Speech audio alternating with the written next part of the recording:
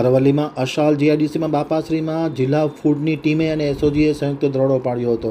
Licence વગર ઘી અને અન્ય ચીજવસ્તુનું ઉત્પાદન કરવામાં આવતું હોવાના કારણે 24 લાખનો મુદ્દામાલ કબજે કરવામાં આવ્યો છે અને ઘી તથા બટરના સેમ્પલ લઈ વધુ તપાસ માટે લેબોરેટરીમાં મોકલી આપવામાં આવ્યા છે. હવે છે ગાંધીનગરથી આમતક ન્યૂઝ બ્યુરોમાંથી જે.કે. પટેલનો એક વિસ્તૃત અહેવાલ. અરવલ્લીમાં અશાલ જીઆઈડીસીમાં બાપાશ્રીમાં જિલ્લા ફૂડ ટીમ અને એસઓજીએ સંયુક્ત રીતે દરોડો પાડ્યો હતો, જેમાં મોટી માત્રામાં ઘી, બટર અને તૈયાર માલનો જથ્થો મળી આવ્યો હતો.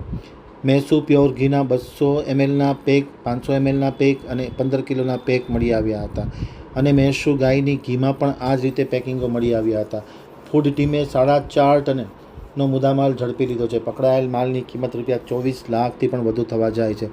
તપાસમાં કોઈપણ પ્રકારની મંજૂરી કે લાયસન્સ વગર આ ઉત્પાદન કરવામાં આવતું હોય જે માનવીય સ્વાસ્થ્ય સાથે સીધા ચેડા માલુમ પડ્યા હતા. તપાસમાં કોઈપણ પ્રકારની મંજૂરી કે લાયસન્સ વગર ઉત્પાદન કરવામાં આવતું ઘી અને બટરના સેમ્પલ લઈ લેબોરેટરીમાં મોકલવામાં આવે છે. જો તપાસમાં લાયસન્સ વગર ઉત્પાદન થતું હશે તો વધુ 10 લાખનો દંડ કરવામાં આવશે, એમ ગુજરાત રાજ્યના ફૂડ કમિશનર એચ.જી. કોશિયાએ આમતક ટીવી સાથેની વાતચીતમાં માહિતી આપતા જણાવ્યું હતું.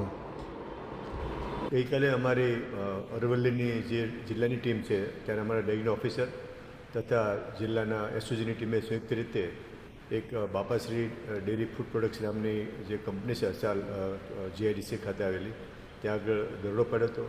ત્યાં મોટી માત્રાની અંદર ઘી અને બટર અને તૈયાર માલ મળી આવેલું છે.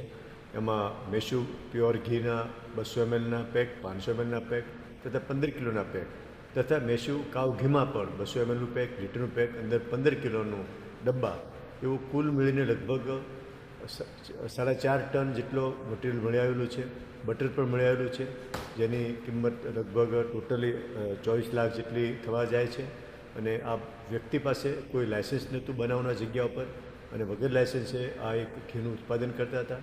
એટલે આ ઘીમાં શંકા હોવાના નાતે અને લાયસન્સની હોવાના લીધે આ શંકાસ્પદ વસ્તુઓનો જથ્થો જપ્ત કરવામાં આવ્યો છે. ત્યાંથી ઘીના, બટરના અલગ અલગ પેકના નમૂના લઈને લેબમાં મૂકવામાં આવી રહેલા છે તથા આ વગર લાયસન્સે જે કામ કર્યું છે એના માટે રિપોર્ટ આવશે ત્યારે તો ગુનો બનશે જ, પણ અત્યારે જે લાયસન્સ વગરનું કામ છે તેના માટે પણ એજ્યુકેશન થાય તો અપ ટુ 10 લાખ સુધી એમાં ફાઇનની પણ જોગવાઈ છે.